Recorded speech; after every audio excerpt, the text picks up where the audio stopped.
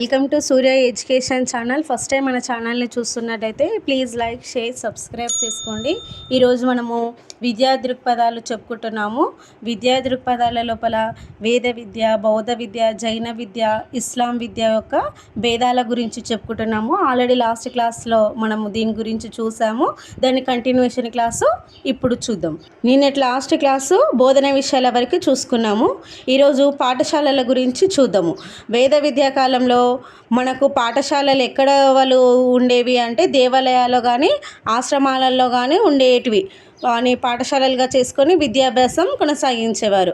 అదేవిధంగా బౌద్ధ విద్య లోపల అయితే ఆరామాలు, మఠాలు, విహారాలుగాను, జైన విద్య లోపల ఆరామాలు, మఠాలు, విహారాలు, ఇస్లాం విద్య లోపల పాఠశాలలు ఏవేవి మక్తాబు, మదరసాలు. ఇక్కడ మక్తాబ్ అంటేనేమో ప్రాథమిక పాఠశాలను పోలి ఉంటుంది, మదరసాలనేమో ఉన్నత పాఠశాలను పోలి ఉంటుంది. ఇక్కడ చూడండి, బౌద్ధ విద్యలో, జైన విద్యలో పాఠశాలలు ఒకే రకంగా ఉంటాయి. ఆరామాలు, మఠాలు, విహారాలు. నెక్స్ట్ ప్రసిద్ధ విశ్వవిద్యాలయాలు.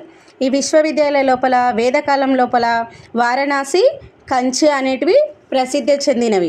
దీంట్లోపల మనకి గుప్తుల కాలంలో వారణాసి, నలంద అనేటివి ప్రధాన విద్యా కేంద్రాలుగా వర్ధిల్లినాయి. అయితే నలంద లోపల 2000 మంది గురువులు ఉండేవారన్నమాట.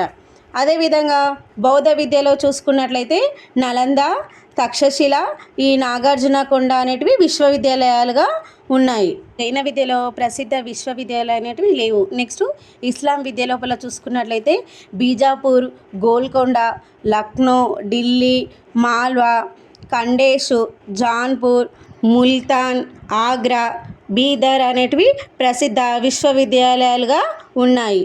శ్రీ విద్య. వేదకాలంలో స్త్రీలకు విద్యా సౌకర్యము లేదు. అయితే తొలి వేదకాలంలో స్త్రీలకు ఉపనయన అర్హత వరకు ఉండేది. అయితే ఈ ఉపనిషత్తులో మనకు చెప్పుకోదగిన వారు గార్గి, మాత్రేయి.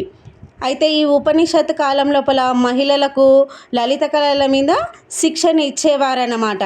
మళ్ళీ వేదకాలం లోపల స్త్రీలకు విద్యా అర్హత లేదన్నమాట. తొలి వేద కాలంలో స్త్రీలకు విద్యా అవకాశం ఉంది, కానీ మలి వేద కాలంలో స్త్రీ విద్యకు అవకాశము లేదు. బౌద్ధ విద్యా కాలం లోపల, జైన విద్యా కాలం లోపల స్త్రీలకు విద్యా అవకాశం అనేది ఉందన్నమాట.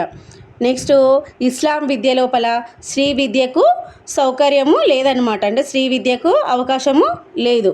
గురు శిష్యుల సంబంధము వేదకాలంలో ఎలా ఉండేదంటే ప్రత్యక్ష సంబంధం, మాతృ సంబంధంగా ఉండేది.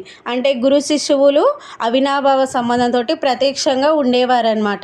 గురువును వాళ్ళు ఒక తండ్రిలాగా, తల్లిలాగా, అంటే పితృ మాతృ సంబంధం వల్లే ఉండేవారనమాట.